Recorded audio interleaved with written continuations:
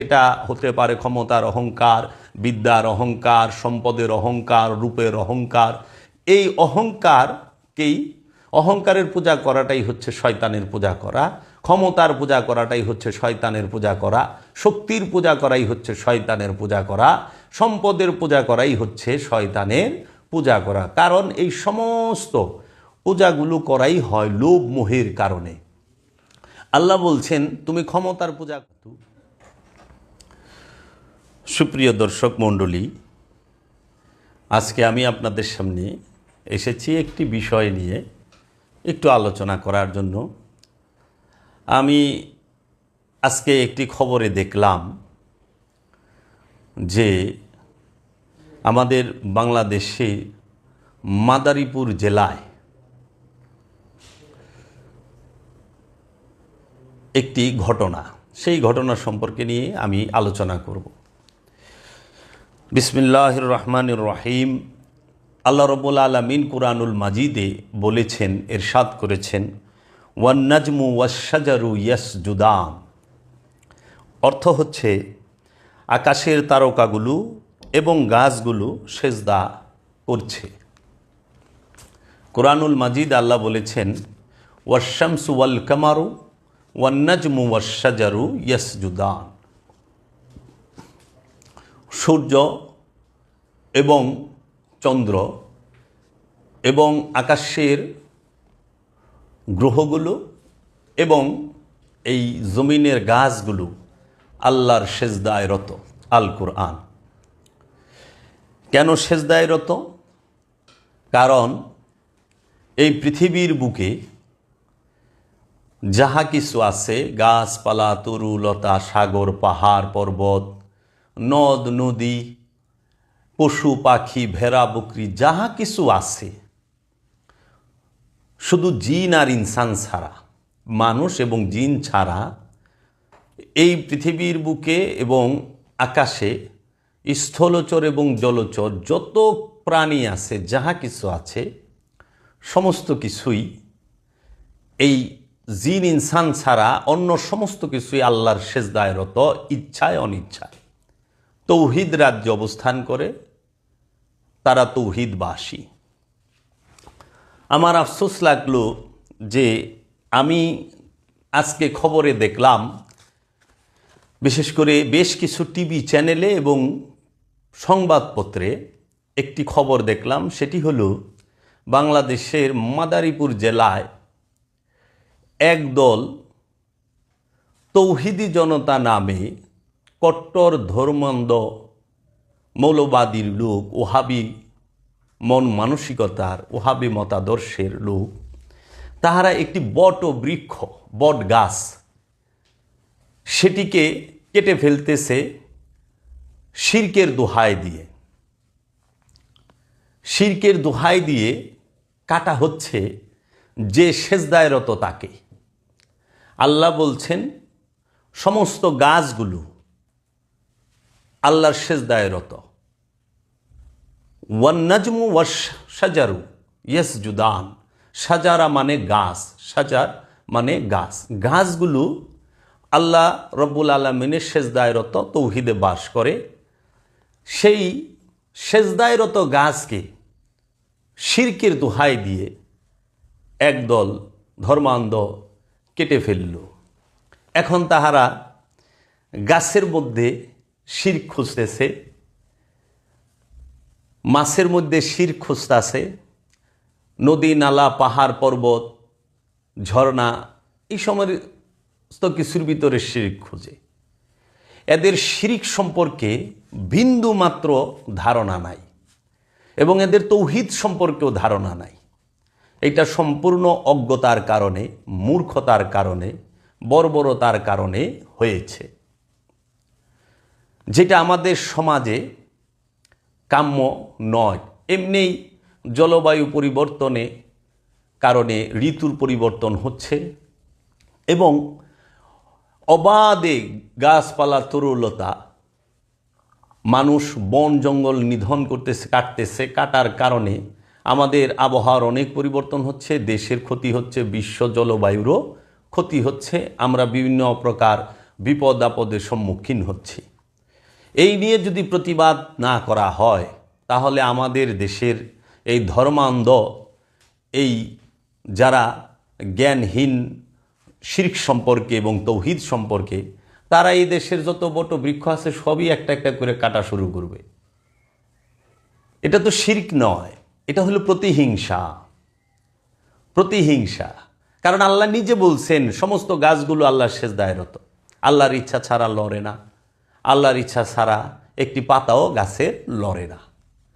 সেই সেজদায় রত গাছকে শিরকের দোহাই দিয়ে কেটে ফেলা হচ্ছে। তা আমাদের জানা উচিত যে শিরক কাকে বলে। আজকের আমার আলোচনার একটু মূল বিষয় হইল শিরক এবং তৌহিদ। শিরক, সেজদা, তৌহিদ।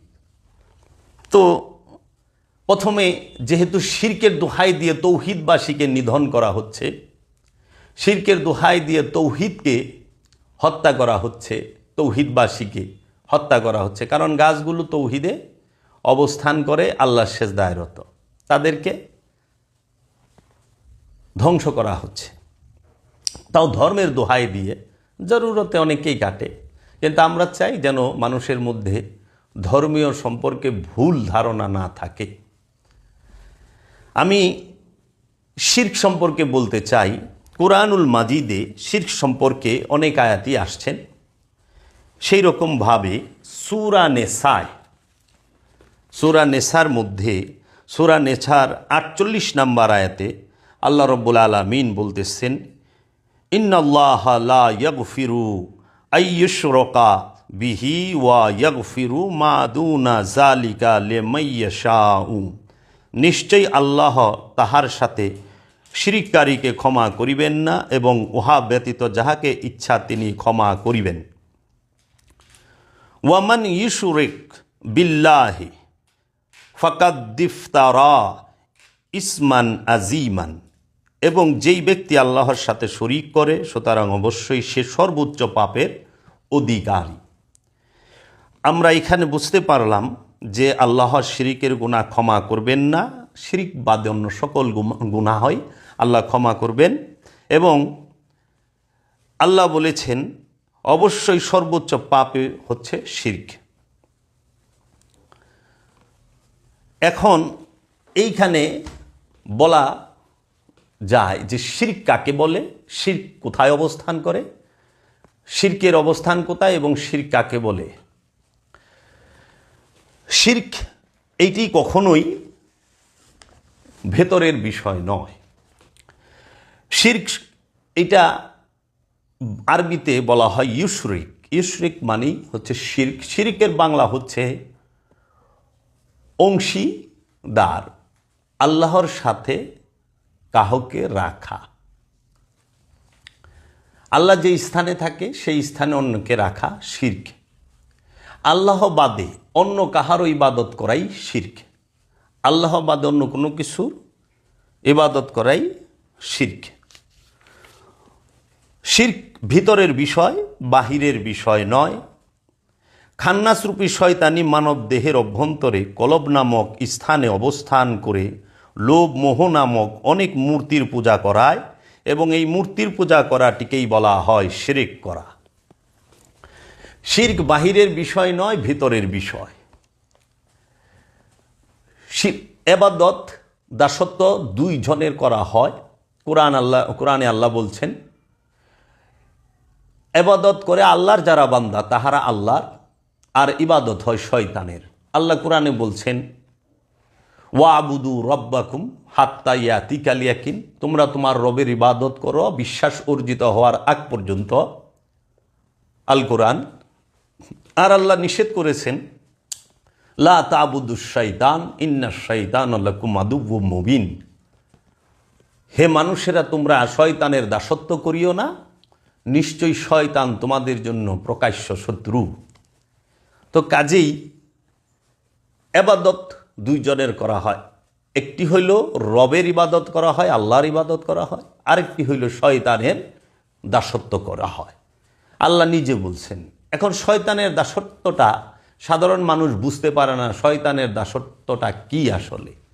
শয়তানের দাসত্বটা হচ্ছে ষড়রিপুর গোলামি করা। খান্নাসরূপী শয়তান থেকে যে 6টি রিপু, ষড়রিপু, তাহার গোলামি করা, সারা দিন ভর লোভের পূজা করা, লোভকে হৃদয়ে ধারণ করে তার পিছে ছুটে চলা, এইটা হচ্ছে শয়তানের পূজা। অহংকারের পূজা করা, সারা দিন শয়তানের কুমন্ত্রণায় অহংকার করা, অহংকার করে বেড়ানো, সেটা হতে পারে ক্ষমতার অহংকার, বিদ্যার অহংকার, সম্পদের অহংকার, রূপের অহংকার। এই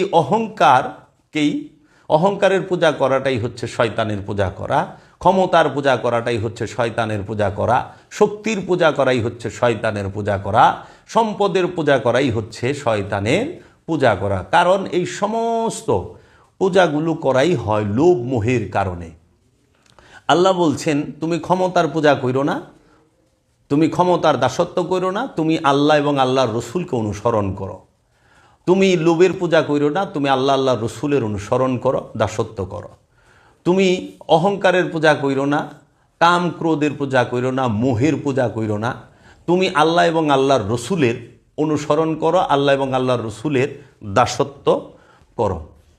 এখন আমাদের সমাজে শিরক সম্পর্কে ধারণা নাই বিদায় মানুষ শিরকের দোহাই দিয়ে তৌহিদে অবস্থান করে যে বৃক্ষ, সেই গাছকে তারা শিরকের অপবাদ দিয়ে, শিরকের দোহাই দিয়ে কর্তন করছে।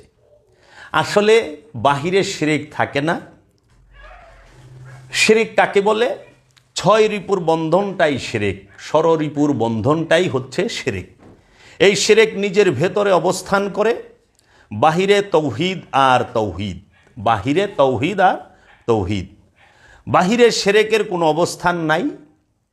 এই শিরকের গোদামটি হলো আপন নফসের অভ্যন্তরে খান্নাসরূপী শয়তানটি। এই শিরকের জনকই হলো খান্নাসরূপী শয়তান। সমস্ত শিরকের জন্মই দেয় খান্নাসরূপী শয়তান। আর এই শয়তান এই সৃষ্টি রাজ্যের কোনো প্রাণীর সাথে, কোনো প্রাণীর নফসের নিকট অবস্থান করে না। সবাই তৌহিদে বাস করে, শুধু 2টা প্রাণীর নফসের নিকটে কলবের মধ্যে অবস্থান করে। একটি হইল জিন আর একটি হইল ইনসান। জিন এবং ইনসানের অন্তরে শিরকের অবস্থান। শিরকের বসবাস মনে, শিরকের বসবাস আপনার অন্তরে, আপনার কলবে, আপনার ইচ্ছার ভেতরে। ওই গাছ কাউকে পূজা করায় নাই, ওই বৃক্ষ কাউকে পূজা করায় নাই। মানুষ সে না বুঝার কারণে ওই গাছকে পূজা করেছে। এটা মানুষের ইচ্ছা যে আমি বৃক্ষটারে পূজা করব, ওই বৃক্ষটারে আমি করব, সম্মান করব। এটা হলো মানুষের ইচ্ছা, এটা শিরক না, এটা শিরক না, এটা শিরক বলা হয় না। শিরক হচ্ছে মানুষের মনের মধ্যে আল্লাহ ছাড়া অন্য কাউকে রাখা। মানুষের কলবে, জিন ইনসানের কলবে আল্লাহ রব্বুল আলামিনকে ব্যতীত, রসুলের মহব্বত ব্যতীত, আল্লাহর মহব্বত ব্যতীত অন্য কোনো কিছুকে রাখার নামই হচ্ছে শিরক। তাই এই শিরক যাহারা করেন তাহাদেরকে ক্ষমা করা হবে না। আর এই শিরক মৃত্যুর আগ পর্যন্ত একটা মানুষের অন্তরে অবস্থান করে। 2 থাকার নামই শিরক। 1 মানে তৌহিদ, 2 থাকাই হচ্ছে শিরক। 2 এর অবস্থানকে শিরক বলা হয়। আল্লাহর সৃষ্টি রাজ্যে 2 এর অবস্থানকে শিরক বলা হয়। তাই মানুষের দেহে 2 থাকে না, মানুষের কলবে 2 থাকে। তথা এক হইল মানুষের কলবে খান্নাস আর নফস, 2 অবস্থান করে। এই 2 এর অবস্থানই শিরক। 1 এর অবস্থান হইতে হবে। শিরক থাকলে নফস অপবিত্র থাকে। সুতরাং এই শিরক হতে মুক্তি লাভের আশায় সৌন্দর্যের অনুশীলন তথা দায়েমি সলাতের নির্দেশটি দেওয়া হয়েছে। এই দায়েমি সলাতটি হতে মুখ ফিরিয়ে নিলে নিজের ধ্বংস নিজের মনের অজান্তেই ডেকে আনে। সুতরাং যারা দায়েমি সলাতের অনুশীলন করে আল্লাহ বান্দা হয়েছেন। দায়েমি সলাত করে তো কাজেই একটি নফসের সঙ্গে যতক্ষণ খান্নাত যুক্ত থাকবে ততক্ষণ সেই নফসটি শিরকে বাস করে।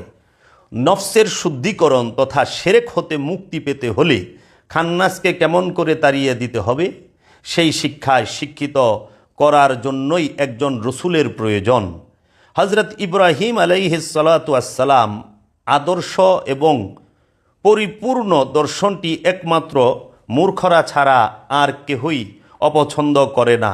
মূর্খরা নিজেদের কর্মফলের কারণে জগৎগুরু হজরত ইব্রাহিম আলাইহিস সালাতু ওয়াসসালামের নির্দেশিত পথে মুক্তি না নিয়ে এবং মুমিন না হয়ে কুলসিত বস্তুবাদের পূজারী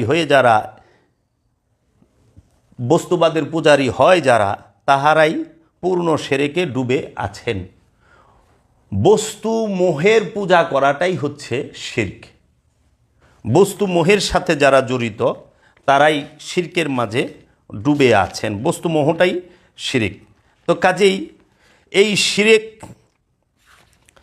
করলে আল্লাহ রাব্বুল আলামিন তাকে ক্ষমা করেন না। শিরক হচ্ছে সমস্ত গুনাহের তথা পাপের তথা খান্নাস রূপের মূল শিকড়। ঠিক তৌহিদ হচ্ছে সমস্ত নেকির, কল্যাণের এবং ভালো জিনিসের বুনিয়াদ। মাটি ও পাথরের মূর্তির পূজা এটা তো শিরকে জলি, এবং খান্নাসের পূজা তো শিরকে খফি। হিন্দু থেকে মুসলমান হলে এবং মন্দিরে মূর্তির পূজা ছেড়ে দিয়ে মসজিদে নামাজ পড়লে কি শিরক মুক্ত হয়? তাহলে যে মানুষ কোনো প্রকার মূর্তি মানে না তারা কি শিরক মুক্ত? ফাহিমুল কুরআন। মানুষ দুনিয়ার বিষয় রাশির মধ্যে ডুবে থাকে এবং এই ডুবে থাকাটাই অত্যন্ত স্বাভাবিক একটি ব্যাপার। তাই আল্লাহ মসজিদুল হারামে আশ্রয় নেবার নির্দেশ দিয়েছেন।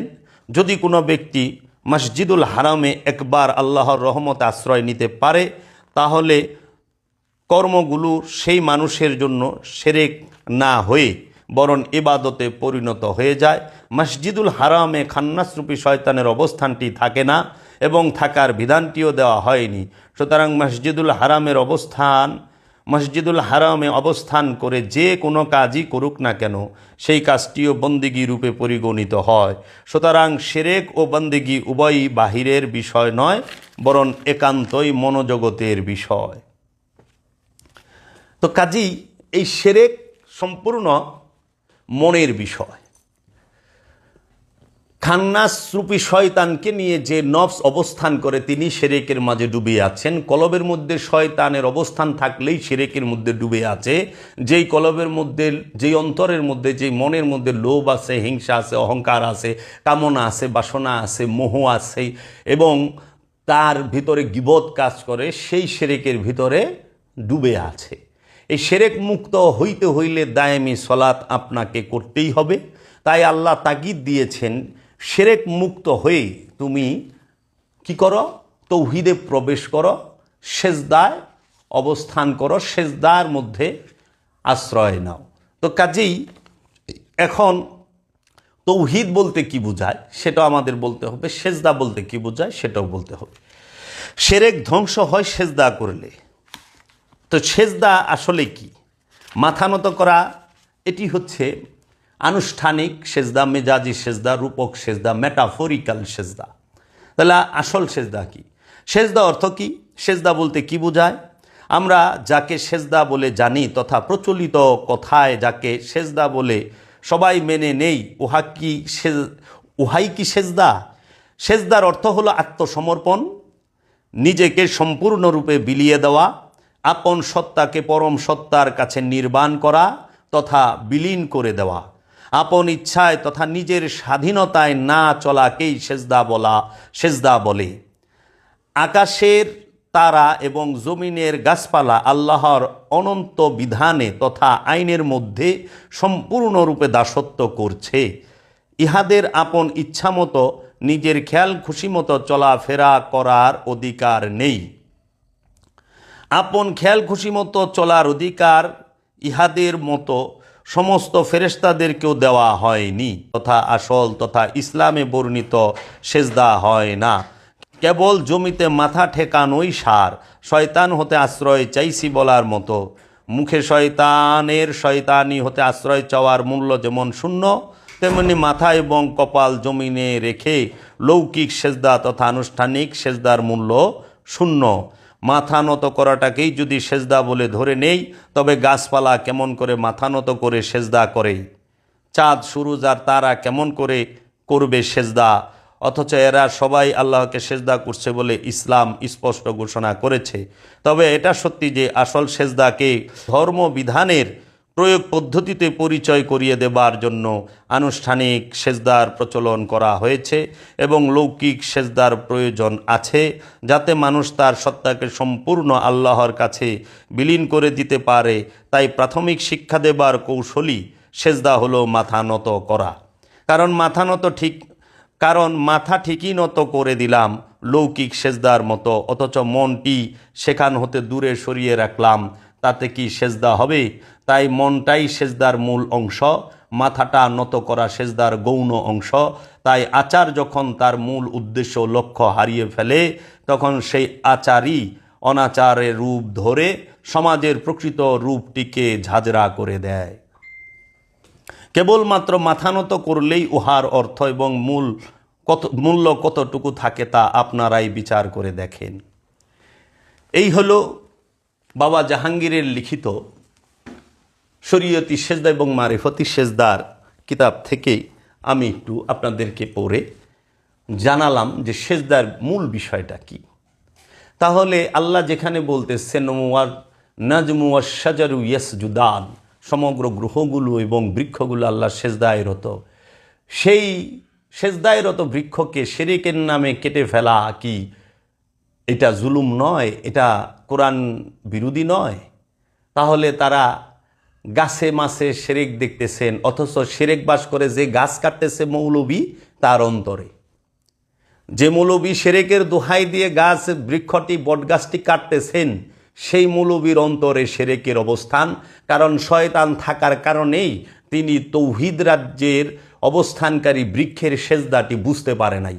তিনি মনে করেছেন ওই বৃক্ষ সামনে যদি কেউ যায় ভক্তি শ্রদ্ধা করে শিরক হয়ে গেল। শিরক থাকে ওই ব্যক্তির মনে, বৃক্ষের নিচে না। কারণ এই বৃক্ষ আমাদের অক্সিজেন দিচ্ছে, ছায়া দিচ্ছে, ফল ফুল দিচ্ছে, এবং এই বৃক্ষের নিচে এবং বৃক্ষের উপরে বৃক্ষের মধ্যে শুধু যে মানুষই ছায়া পায় তা না, বহু পাখি এবং পশুরা এর ছায়ার মধ্যে এবং এই বৃক্ষের মধ্যে অবস্থান করে, এবং এই বৃক্ষের ফল থেকে অনেক পশু পাখি খাদ্য আহরণ করেন এবং সে প্রকৃতির ভারসাম্যকে রক্ষা করে।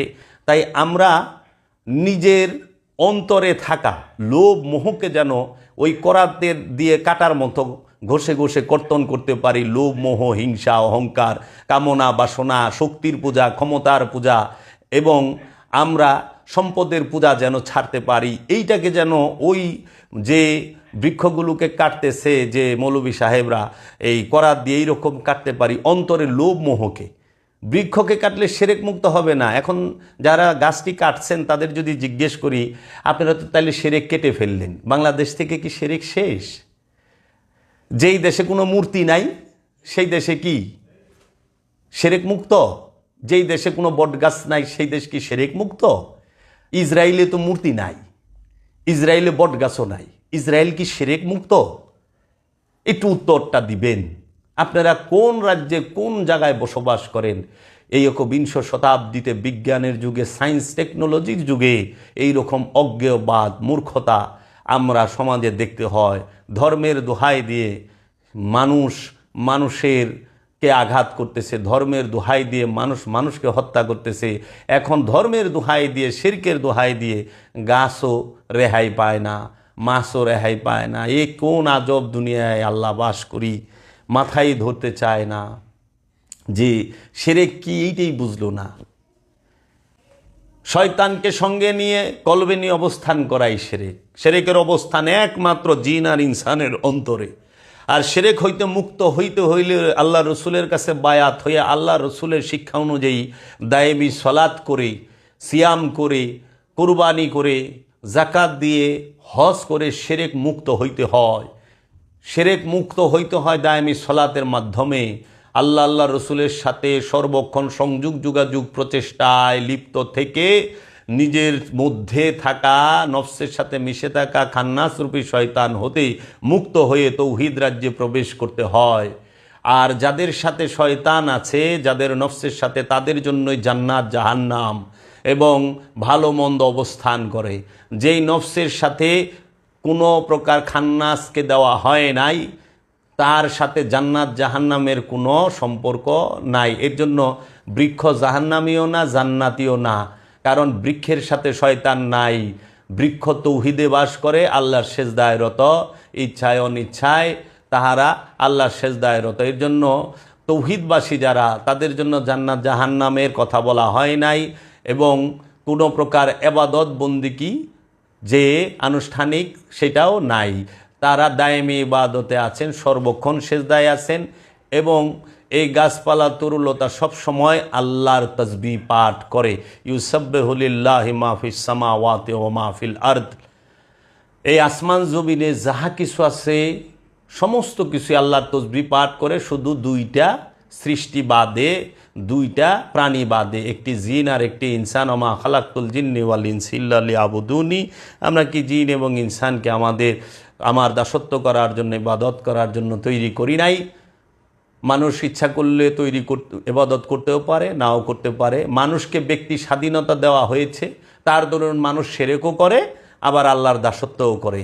তাই অন্য কোনো প্রাণীকে ব্যক্তি স্বাধীনতা দেওয়া হয় নাই, কোনো গাছপালা তরুলতাকে ব্যক্তি স্বাধীনতা দেওয়া হয় নাই। তার জন্য তারা শুধু আল্লাহর দাসত্বই করে, আল্লাহর সেজদায় রত। কিন্তু মানুষের ইচ্ছা, স্বাধীন সীমিত ইচ্ছা শক্তির কারণে সে আপনার আল্লাহর সেজদায় ইচ্ছা করলে যাইতেও পারে, আবার ইচ্ছা করলে দুনিয়ামুখী হইতে পারে। তাই শয়তান নিয়ে অবস্থান করা শিরক, অহংকার নিয়ে অবস্থান করা শিরক। যার অন্তরে অহংকার আছে সেই শিরকে ডুবে আছে। যে শক্তির পূজা করে, ক্ষমতার পূজা করে, সম্পদের পূজা করে, তাহারাই শিরকে আছে। যাহারা এই দেহের পূজা সর্বক্ষণ করে, সংসারের পূজা করে, তাহারাই শিরকে ডুবে আছে। আর যাহারা আল্লাহ ও আল্লাহর রসুলের অনুসরণ করে, আল্লাহর দাসত্ব করে, আল্লাহর হুকুমের মধ্যে নিজের ইচ্ছাকে সম্পূর্ণরূপ উৎসর্গ করেছেন, তারাই তৌহিদ রাজ্যে অবস্থান করে খান্নাস মুক্ত হয়ে। তাই তৌহিদবাসী যারা, তাহারা কখনোই শিরক করে না। তাই আপনারা শিরকের দোহাই দিয়ে অন্তত বাংলাদেশের বট গাছগুলারে কাইতেন না।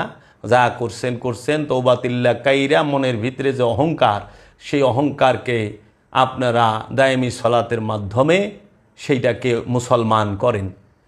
মুসলমানিত্ব এটা অন্তরের কলবের বিষয়, এটা বাহিরের বিষয় না। এবাদত অন্তরের বিষয়, মনের বিষয়। সেটাকে দৈহিকভাবে প্রকাশ করতে হয়, ইকরার করতে হয়, কিন্তু পবিত্র করতে হবে কলবকে, মনকে। শিরক বাস করে মনে। তো কাজেই শয়তানের পূজা ছাড়েন, অহংকারের পূজা ছাড়েন। যে মানুষ শয়তানের পূজা করে, সেই শিরকে ডুবে আছে। আজকের মতো এখানেই রাখতে চাই। শেষে একটি কথা বলতে চাই। সেই কথাটি হলো, বর্তমান সমাজে খুব হিট এবং সুপারহিট একটি শব্দ আছেন, যে শব্দটিকে আশা করি অধিকাংশ মানুষ এই শব্দটি কলঙ্কিত করে ফেলেছেন। সেই শব্দটি হলো তৌহিদি জনতা। তৌহিদি জনতা নিয়ে একটা আলোচনা। তৌহিদি জনতা কখনোই হয় না, জনতা কখনো তৌহিদি হয় না। তাই বলতে চাই, তৌহিদ শব্দের অর্থ কী? তৌহিদ শব্দের অর্থ একত্ববাদ। আল্লাহর রাজ্যকেই তৌহিদ বলা হয়। আল্লাহর রাজ্যকে বলা হয় তৌহিদ। যেই রাজ্যে শুধু আল্লাহই আছেন আর কেহই নাই, যেই রাজ্যটি আল্লাহময় হয়ে আছেন, যে রাজ্যটি আল্লাহর মধ্যে অবস্থান করে, যাহা কিছু আল্লাহর মধ্যে অবস্থান করে এবং যাহা কিছুর মধ্যে শুধু আল্লাহই অবস্থান করেন, তাকেই তৌহিদ রাজ্য বলা হয়। জিন এবং ইনসান এরা কেউ তৌহিদ রাজ্যে বসবাস করে না। তৌহিদ রাজ্যে বসবাস করে মুমিনগণ। মুমিন ব্যতীত আমানু তৌহিদ রাজ্যে বাস করে না। মুমিন ছাড়া আর অন্য কেউ, এমনকি আমানুও তৌহিদ রাজ্যে বাস করে না। তৌহিদ রাজ্যে কামনা বাসনা তথা শয়তানের প্রবেশ হারাম। তৌহিদ রাজ্যে কামনা বাসনা এবং শয়তানের প্রবেশ হারাম। তাই যারা ক্ষমতার পূজা করেন, অহংকারের পূজা করেন, শক্তির পূজা করেন, সম্পদের পূজা করেন, তাহারা ক্ষমতায় যাওয়ার জন্য যখন তৌহিদি জনতা নামে স্লোগান দেন, তারা সম্পূর্ণরূপে কোরআন বিরোধী কথাই বলেন। কারণ জনতা কখনো তৌহিদে বাস করে না, তৌহিদে বাস করে খান্নাস মুক্ত, শয়তান মুক্ত মহাপুরুষ মুমিনগণ, আল্লাহর মুমিন বান্দারা। তৌহিদ রাজ্যে কামনা বাসনা তথা শয়তানের প্রবেশ হারাম, সুতরাং খান্নাস রূপী শয়তান মুক্ত স্থানকে বলা হয় তৌহিদ রাজ্য। আমাদের সমাজে অনেকে ভুলবশত বলে থাকেন তৌহিদি জনতা, জনতা কখনো তৌহিদি হতে পারে না। আমাদের সমাজে অনেকে ভুলবশত বলে থাকেন তৌহিদি জনতা, জনতা কখনো তৌহিদি হতে পারে না, কারণ জনতার সাথে খান্নাস রূপী শয়তান অবস্থান করে। তাই তৌহিদ রাজ্যে জনতা থাকে না, তৌহিদ রাজ্যে অবস্থান করে মুমিন, আল্লাহর দাস, আল্লাহর নবী, আল্লাহর রসুলগণ তৌহিদ রাজ্য পরিচালনা করেন। এক মুমিন আরেক মুমিনের ভাই কেন বলা হয়েছে? কোরআনে কেন বলা হলো না যে এক মুমিন আরেক মুমিনের, এক মুমিন আরেক মুমিনকে পিতা, এক মুমিন আরেক মুমিনকে আত্মীয় কেন বলা হলো না? এক নবী আরেক নবীর পিতা, এক রসুল আরেক রসুলের পিতা, এক অলি আরেক অলির পিতা কেন বলা হলো না?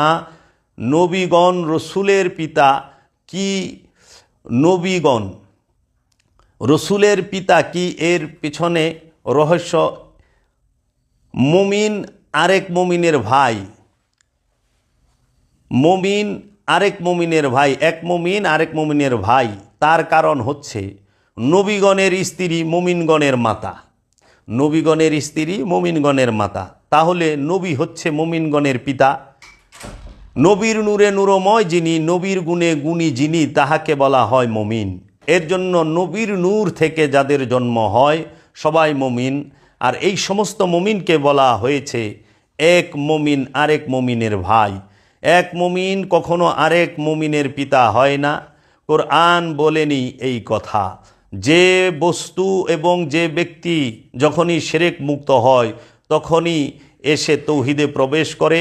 তৌহিদ রাজ্যে কোনো মাতা পিতা, আত্মীয় স্বজন, ভাই বোন কোনো প্রকার সম্পর্ক থাকে না, শুধু থাকে একটি সম্পর্ক, সেটি হলো সেবা, গোলামি, সৃষ্টির উপকার, সৃষ্টির সেবা, নিজের জীবনকে উৎসর্গ করে অন্যের সেবা করা। এটাই তৌহিদ রাজ্যের নীতি।